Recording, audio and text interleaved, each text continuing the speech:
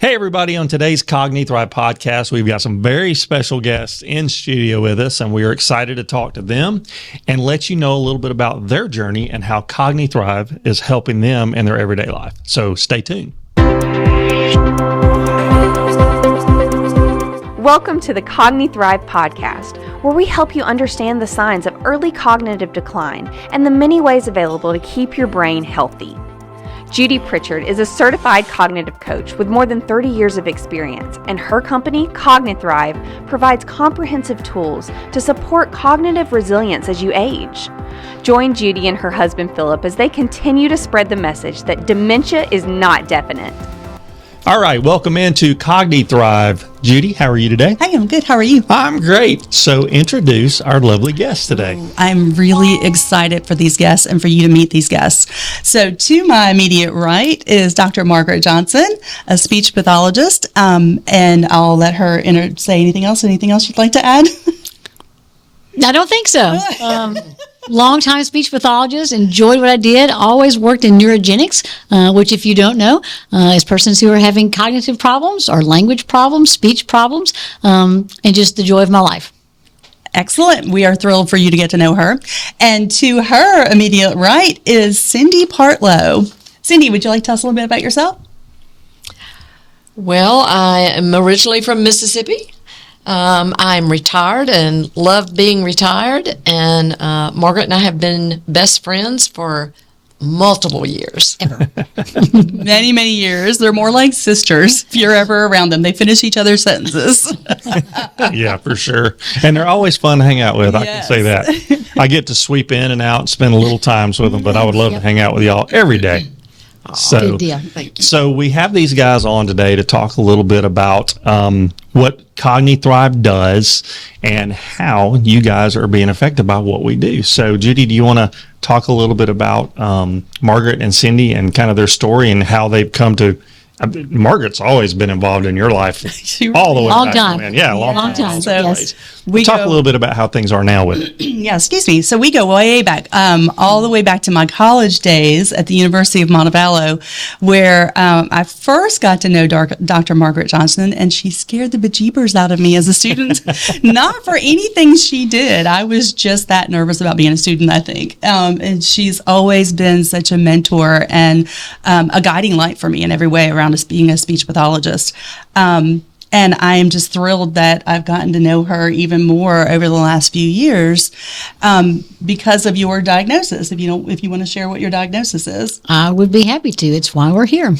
So I've been diagnosed with mild cognitive impairment. The acronym is MCI, and it literally is what it stands for. It is a person like me who has some cognitive problems. So for the most part, my short-term memory is not great. And I have other things. Attention to detail is something that I think, I need to look at that again or, rewrite that again. So those are the kind of problems that I have. And so what I experienced early on was that I was diagnosed with Hashimoto's encephalopathy. And so that is a brain-based disorder. And so for that, the treatment is what they refer to as IVIG, which is intravenous immunoglobulin treatment. Easy for you to say. It is. It's a little tongue twister in there, but IVIG. And so that was a hospital stay of 5 days where there literally was an IV. And supposedly cleaning out all the debris that might be in the brain. And all of us have debris in our brain, some more, some less. And so the first time, I would say it worked very, very well. And we knew that there were going to be multiple rounds of this, or kind of thought we might know that. Second time, some changes. Third time, squat. Nothing. So just nothing, no changes whatsoever. Let me interrupt you for a second. Okay. What kind of problems were you having that you even sought help from a physician? It's a great question. Thanks for asking. Mostly memory. Not being able to find words sometimes, not being able to remember. So like if Cindy had said something to me, later in the afternoon, she might say, not the same thing, but ask me about it. And I'm like, we did what? And so those types of things were concerning, absolutely concerning. So you thought, well, what's up with that? And you were still working at the time. Yes, absolutely. So working at the time, like you said, I'm a speech pathologist. I think one thing that happened that was kind of a trigger that really kind of pushed us to get something done was that we have some very dear young friends, and we had bought Christmas presents for them. And so we were getting ready to wrap them, and Margaret could not remember what she bought or where it was. She had no memory of that. And so that really kind of pushed us forward to, hey, we might need to look into this. Before that, do you remember, especially looking back, that you were struggling with anything before that Christmas incident? Or was that kind of the first big? I think that was the first big snafu, for lack of a better word, that where we really noticed something and thought. And then I started thinking about other little things that could, just around the house, where she might not have remembered something, and that's kind of spurred us on to look for someone to help. So who did you go to first for help? Did you go to your general practitioner? We did not. I'm trying to think of how we found Dr. Cogni-Thrive. Well, you went to... we said about the IVIG. Is it Dr. Patala? Yes. He's a neurologist at UAB, and so since it was a memory problem, we thought she probably needed to see a neurologist, and so we got an appointment for Margaret with Dr. Fatala, and then that's when they moved forward with doing the IVIG, right? Because he thought it was Hashimoto's encephalopathy. Okay, and like we've talked about in other podcasts, the first diagnosis way too many times is often the wrong diagnosis, and that's what you experienced, unfortunately. Correct. That's right. So you did have a little bit of benefit from the first round of the IVIG. Pretty good. It lasted, catch me on this, at least 9 months or so, where I felt like cognition was kind of back to par. So about 9 months. And then the second iteration of that, I would say it went down to 4 to 5 months. Third iteration, nothing. Yeah. And each time you had this round of IVIG, it was a hospitalization. Correct. Yeah. 5 days. 5 days. Wow. That's a Yeah. long Wow. Can you That imagine? is Time. no. Yeah. Of getting IVs. Correct. Wow. Wow. Yeah. And each time, did you know there could possibly be a need for another round? Did they tell you? Do you remember if they I tell don't you know that I did the first time. I don't know that I can't remember them saying, no, you're going to have to continue to do this. I did once I found out. I don't think they did.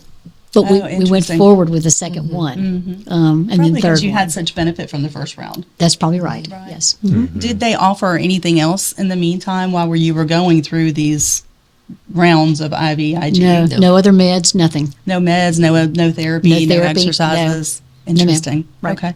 So then after it stopped being effective, what did you do next? I began to try and search out what is the next step. And for me, being a speech language pathologist, that was therapy. And I know no one better to start therapy than Judi Pritchard, who you've heard her say, we've been friends for a long, long time. And I knew that she had established Cogni-Thrive in your business. And I thought, I'm just going to check this out. And now that has been, how many years? Going on 3. Going on 3, I think. So not quite 3.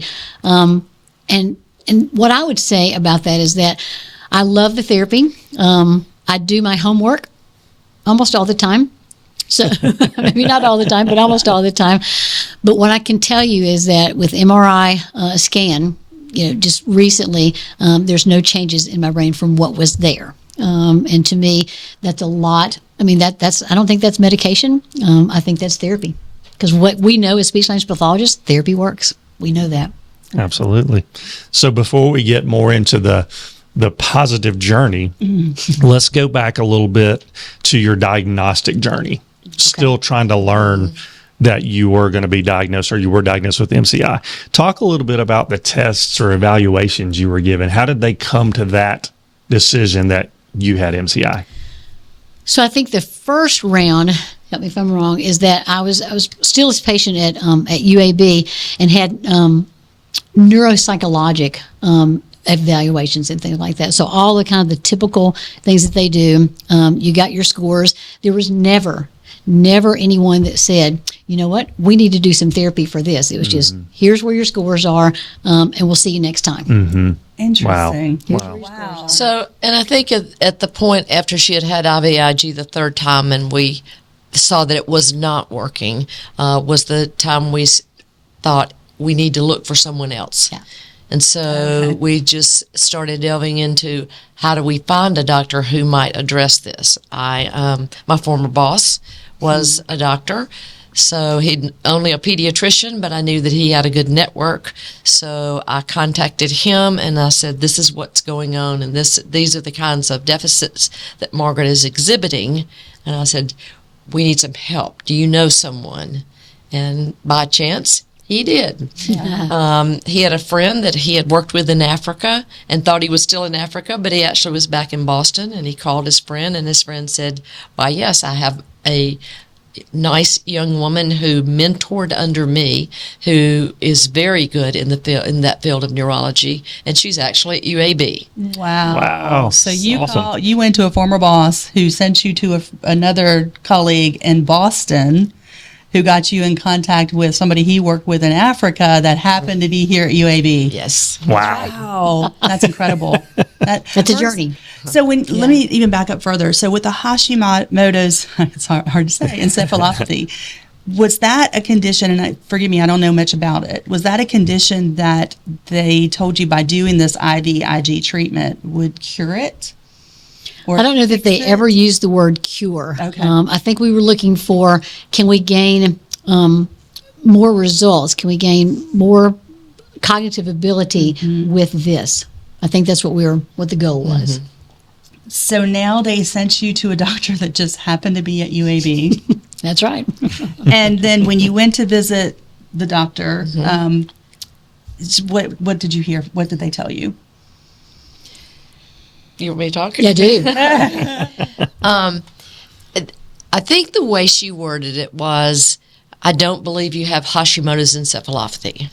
And, she said in defense of the doctor who diagnosed it, that was several years ago, and that's what it might have appeared to be. But she thought and said to Margaret, I think you have MCI, which is the mild cognitive impairment.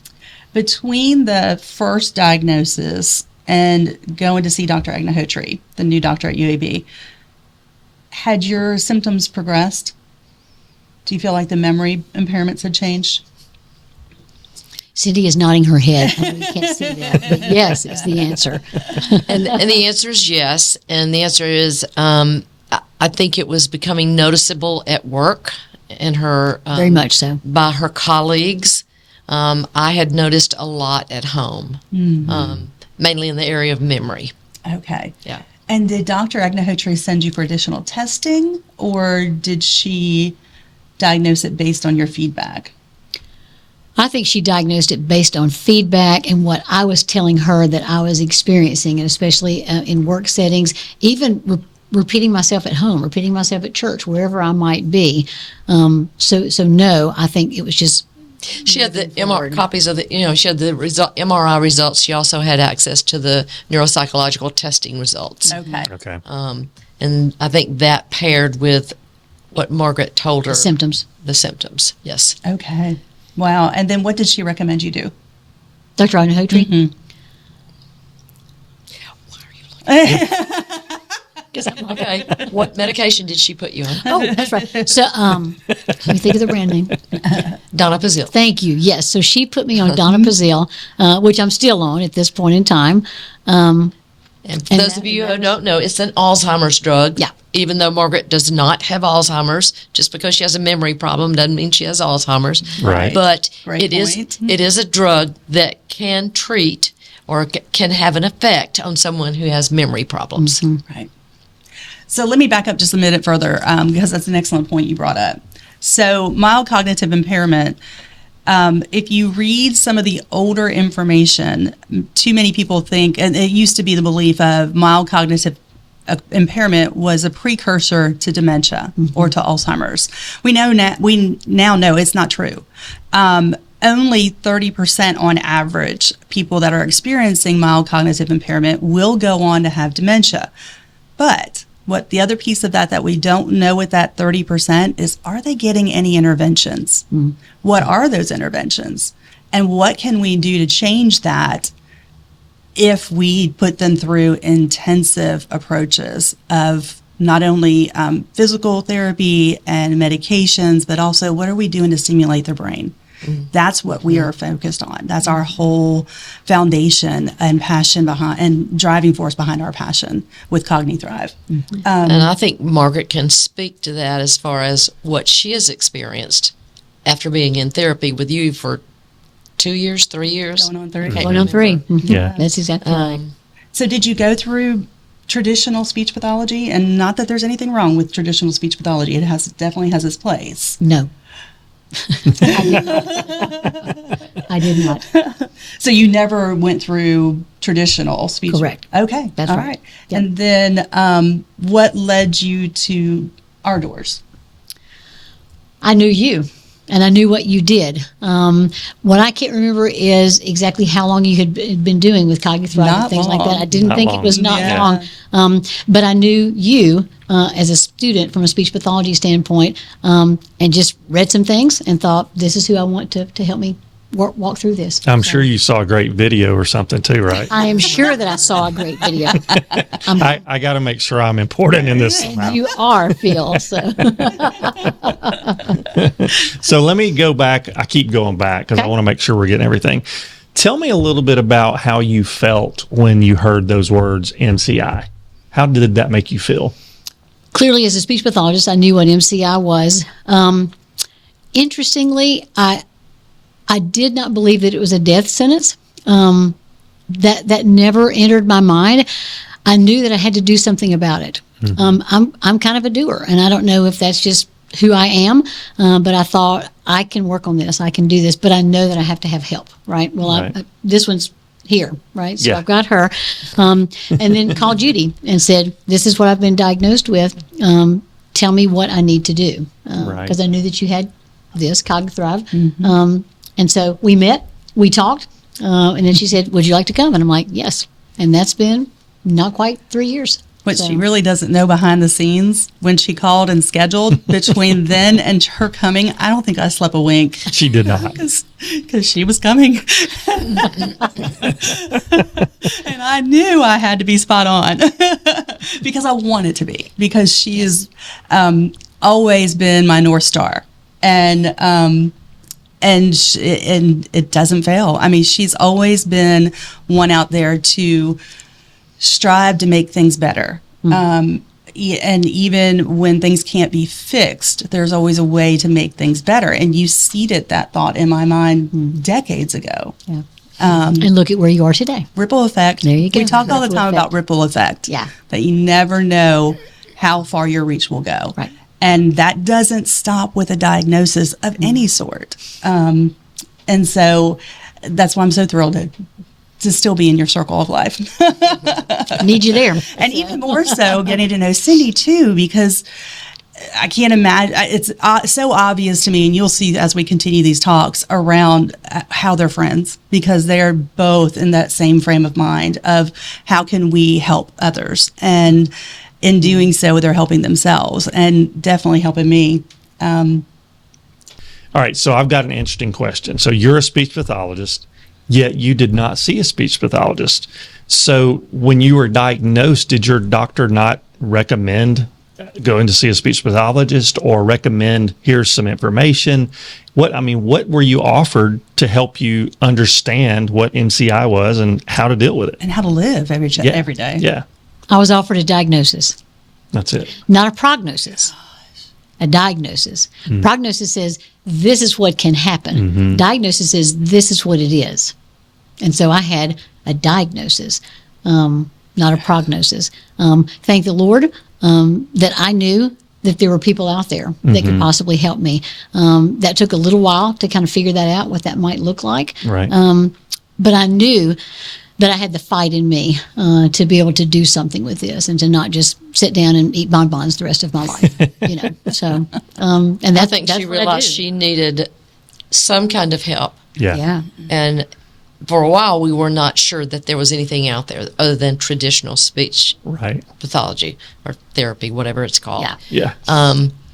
But we did talk with one of her colleagues who suggested Judi and knew that Judi was doing something beyond traditional speech therapy Gotcha. that might be advantageous for Margaret. Yep. So, Right. That's interesting because I know one of our biggest hurdles that we see is that people, they don't have any options. And most people are not like you guys. You understand and you are like searching, but so many people just take that and go, okay. You're right. And so And they those go home Yeah. and sit down. Yeah, and that's the message we're trying to get to people is that, there are so many options out there and so much science behind what Judi does and what she's working with you guys on. So let's kind of move a little bit into what you are working on with Margaret every day, and Cindy too. Cindy's just as much a part of it as Oh Margaret. my gosh, yeah. Probably more so. That's what I would say. Yeah. So there's so much that we do, and it's so critically important when you're meeting with your clients, if there are any therapists watching, or physicians, to get both stories and hear and listen to even the smallest detail of what in daily life is impacting them. Because like we've all talked about, there just aren't enough resources out there when you leave that first doctor's office where you're getting diagnosed that says, here's what you do today. And here's how you keep fighting. So how would you say we're different than regular, because you know speech pathology. I do. You know it better than any of us. How do you think we're different than what traditional speech pathology does? So number one, you focus on what I tell you I have struggled with the past week. And what happens the next time I come is that's exactly what we're about to do. And then I'll say the same thing. But this week, I had a blip in so-and-so. That's what we're going to work on this next week. And so what I am describing, the difficulties or challenges that I may have, I give it to Judi and say, okay, now how are we going to work on this? And sure enough, as I come back, she's like, today we're going to blah, blah, blah, whatever that might be. And that's what I think helps my brain so much, and that is keeping me at a level that's at least stable. So stable with cognition. Are there blips? Yes, absolutely. But the stability there, I think, is because of what Judi does with me in therapy, but also all the things that she has me do when I'm at home as well. So there's a lot of homework that I do that I think helps as well.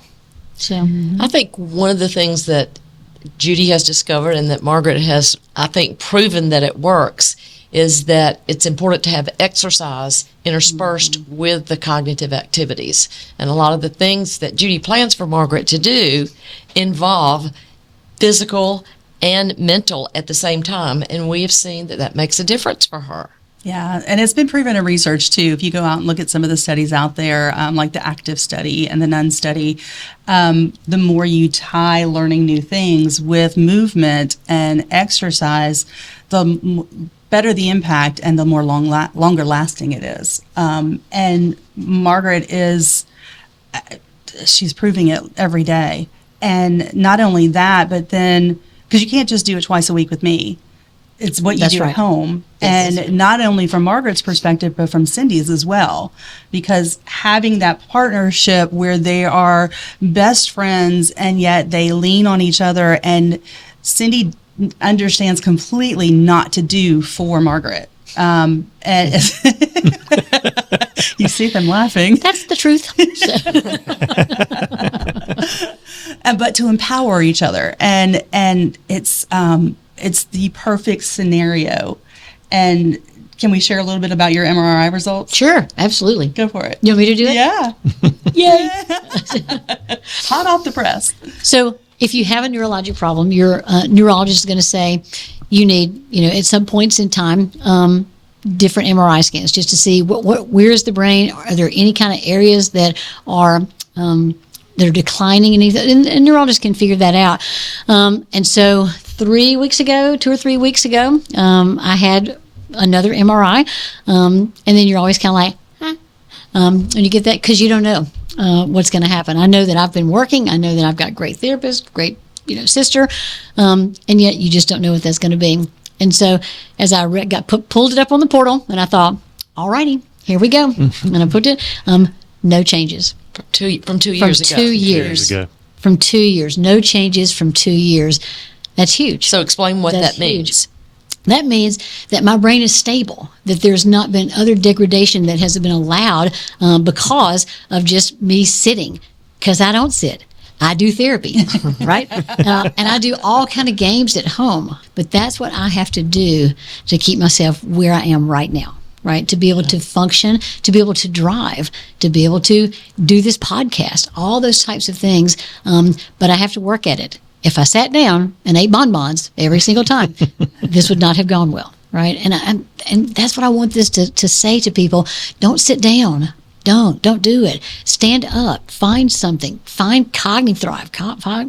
Find anything you can do. Fight. It's the fight that makes the difference. So that's not all you do. I mean, there's a little thing called, you're a singer. I am. Let's talk a little bit about that. I mean, that's kind of a stressful thing you do once a year or more. Maybe. Talk about that. Talk about all the things you do that you have not stopped doing. Wow. That might be a lot. So I'm a musician. I started playing the piano when I was 5 years old. And the lady who was going to teach me looked at my mom and said, I don't think this is going to go well. Because at that point in time, they wanted you to be able to read. Well, at 5 years old, back in 1960, you weren't taught how to read until you got into like the first grade. And I've been playing the piano since I was 5 years old. I got my first piano when I was 7 years old, played on my mammals for a long, long time. And so I'm a musician. I'm also a singer. I sing with the Alabama Symphony Chorus, and that's really, really fun. It's great for me. We sing in English, but we also sing in many different languages, which is sometimes, there's odd words there. But all those things challenge me because it makes me work at it. It makes me pay attention. It makes me have to remember things. So all the things that I need to work on with those types of tasks, that's just more therapy for me, even though I don't call it that, but that's more therapy for me. So I think that's a huge piece of it, is that you can't sit down. I can't sit down with this. When I go home, as tired as I'm going to be, I will pull out a game. And I'm going to do something today because I haven't had any therapy today. You don't call this therapy? I do. It's so wonderful. Yes. But that's the thing. You've got to have a great caregiver and someone who's going to say, I'm going to need you to work on this a little bit. Alrighty, that's fine. You need a good therapist that's going to say the exact same thing. Have you not been doing your homework? No, not really.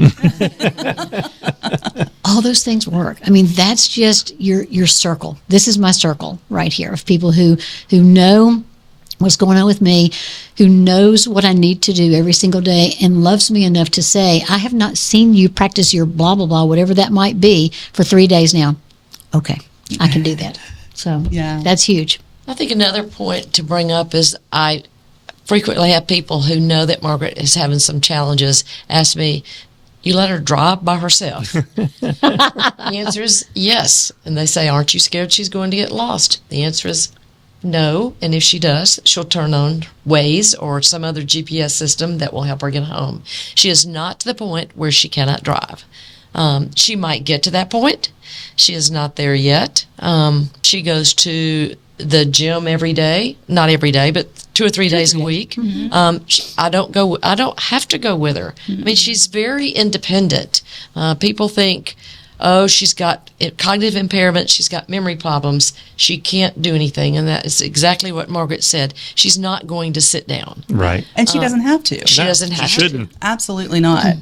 The areas, and the cool thing is we do, so we always start with a cognitive profile. So we do testing and a computer-based testing program, so we can see exactly what areas of brain working that may be giving her more challenge. And if it's not something we can build on or or continue to grow and repair, then we have adaptive approaches that Margaret knows to use. Yep. Or if there's days where she's just not feeling as spry, then she knows to use her tools more. Absolutely. Or change her schedule to allow herself to function at her best ability and remain safe and keep functioning. And So we do a lot of tracking. So there's a lot of tracking that we do day in and day out. They both track for us. So we can see when Margaret's having some more struggles than others in areas of cognition or communication. And then we look back and see what other things have been changing. And we do see several times where there's been stressful life situations where cognitively she's struggled a little bit. And too often people will go through a time like that and have something stressful happen, and they'll start to have even more struggles with memory or something else. And they automatically get depressed and thinking, oh, it's progressing. Here it goes. And what do we see, though? We see bounce back. Bounce back. Yeah. There have been multiple times when we've had some kind of stressful situation or Margaret's gotten really tired because she's been doing too much. And she has 2 or 3 days where her memory is just not as good. And then we see if she rests and just gets back on her schedule, then there's bounce back. That's awesome. Yeah. And so now whenever they see that she's starting to struggle more, then they automatically will, one, we'll talk about it, but then 2, they automatically adjust the schedule, or Cindy will start driving more, or they'll reduce some of their activities, and which gives her the time to rebound. Sure. Can I add something about driving? Yeah. This is one of the things that I didn't know that I would need, but I'm so grateful that I have it at this point in time. And so one day, probably well over a year ago, Judi said, we need to talk about your driving. And I thought, ruh-roh. Well, what she meant was it's a driving contract. And I have signed this driving contract that says when either one of these 2 people right here say to me, Margaret, it is time to give up your keys, I've already signed it and said, when you tell me, I'm going to give you my keys. And that's just the smart thing to do. It's something that I pray that never happens, but if it does, I know that I need to let it go. God forbid that I were to be on the road and hit and hurt someone else. I do not want that to happen, and so I have to listen to these 2 and say, okay, here you go. But now you have to drive me everywhere I want to go. Because you're still going to keep going. I am going to keep just not going to drive there. That's right. But it's a partnership because Margaret has to feel safe that we're not going to just tell her that just to tell her that. And I think you know that we both are in the frame of mind of we're going to make sure that everything is safe, that you're safe and others are safe, but at the same time, we're not going to limit your world until that time comes, right? If it ever comes, right? And that's the other thing that is an important message for everyone to hear is that, yeah, you have a diagnosis and you may have troubles with some things, but that doesn't mean your brain can't do all these incredible things. Right. And to focus on those and how to work with those, which is so wonderful that you both come from that frame of mind of understanding that. So what kind of things in therapy do we do that are different? What kind of everything. Hey, and I'll just have to tell you the things that she comes up with you to do, she many times practices on me. Yeah. Good for you. Yeah, no, not good for me. Not good for me. So I think one of my favorite things that I like to do, and Judi doesn't always let me do it when I come, but most of the time she does, I box. I'm going to say it again. I box. So she puts gloves on me and things like that, and she's got, I don't even know what to call it. It's a thing that's on the wall and it has 5 or 6 different that lights up, and so I'm punching them. If you don't punch it hard enough, it will not register, and then you hear like that, and you don't like to hear like that. So you have to punch, and it's back and right. So it's left and right, left and right, left and right, left and right, depending on where you are in the sequence. I love it. I didn't know that I loved boxing. I don't think I want to go in the ring with anyone, but I do enjoy the boxing. It's putting together the movement piece of that with the cognitive piece of that, the memory piece of that. So it's just a thing that we do. It's a task that we do that allows me to work. Yes. Mm-hmm. So a lot of reactive training, like you just now said. So being able to think quickly. And then we build on the complexity. So one is the timing and the attention and focus on tracking the lights and hitting them. But 2, then when she gets really good at that, I like to make it a little harder. Yep, that's right. So then I'll challenge her by saying, okay, for every hit that you make, name a different animal. She loves that. But it does make it more challenging, doesn't it? It does make it more challenging because you know, I know that I need to punch, and I think I have no idea what word I am going to say, and I'm standing here like this, going, bird. Without repeating it. So without repeating it, right? So, I mean, think about all the cognitive concepts there, from an attentional standpoint, from a memory standpoint, from an organizational standpoint. Wow. Yeah. But I think that that's what keeps my brain as good as it is at this point in time, is that I'm challenging myself. Judy's challenging me. Cindy challenges me. Phil will join in with it at some point in time. So, but that's what it takes. That's what it takes to thrive with MCI. That's what it takes. Can I chase a rabbit right here? Absolutely. Chase a rabbit. I want to chase a rabbit because I think it's important that all of you out there understand that just because someone has a diagnosis like MCI doesn't mean that you treat them differently. So Right. as I look at Margaret, my goal for her is to be happy. And what I know about her is her personality has not changed. She still has her sense of humor, and she's still Margaret. And I don't treat her any different than I treated her 5 years ago when she didn't have a memory problem, other than I may assist her with things she needs help with every day. But that's still not the way, a difference in treating a friend. It's not caregiving. It's not, yes. Yes. It's not caregiving. Yes. Yeah. So I'm not treating her like she's a patient. She is my friend, and so she needs help, and so I'm providing help to her in an area where she needs help. Just like if I need help with something, like she's yelling at me because I haven't had my hearing checked, then Now, it kind of works both ways. Me too. But I wanted to point that out because I think it's important that you know that if you have a friend, a spouse, whoever, you don't treat them differently because they have a diagnosis like this. Amen. Because you don't want them to feel different. They're still themselves. And you do feel different. So that's why this is so important, the camaraderie that I have with the friends that I have. And most of them know that I'm going to say something twice. Could be 4 times. I don't know. But I'm still, or 5. But I know that the people that are in my circle of trust, they get that. I mean, we've got good friends that we go to church with, and I will say to them, if I've already told you this, don't let me tell you again, because I can't remember if I've told you or not. And all of them are so kind to say, you did tell me that. Thank you for telling me that. Yeah. I don't want to tell you again if I've already told you one time. Right. So I have to be willing enough to have people help me.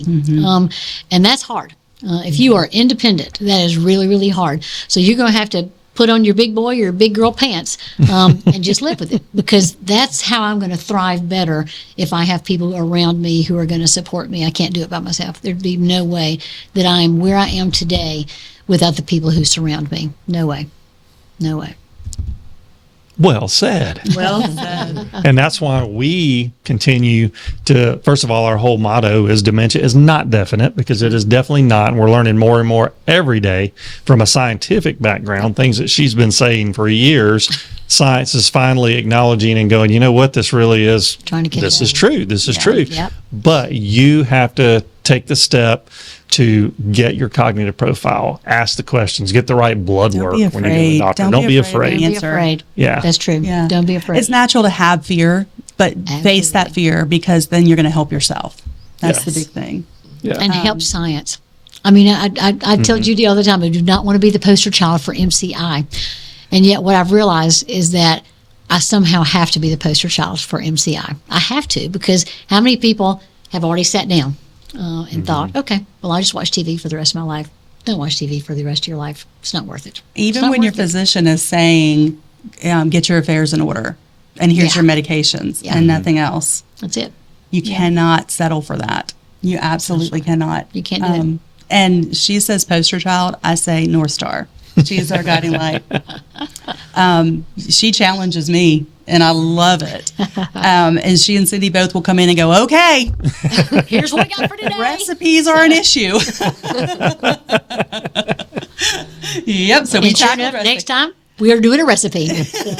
We're cooking. Yep. In fact, you guys did that last week because We did. I got the benefit from it. I ate what they made. They were awesome, little chocolate things. Yes, that's right. Good stuff. Good stuff. They were So- good. So. Well, guys, are there any other things you wanna say before we wrap this Will you particular come back podcast? again? Will you come back? I will come back. Sure. Yay. Excellent. Absolutely. Yeah. Anything you want to add? No, I just am so thankful for both of you. I'm thankful for what you teach me, and I'm thankful for you believing enough in what we're doing that you're consistent with it. You know, and it's and we're seeing the progress. We're seeing this test scores. We're seeing the MRIs, and I couldn't be happier. Well, we couldn't make this journey without you. Absolutely not. Absolutely We just not. could not. Wouldn't do anything different. So. Excellent. Well, thank you guys so much for Thank being you. on. We look forward to having you on the next one.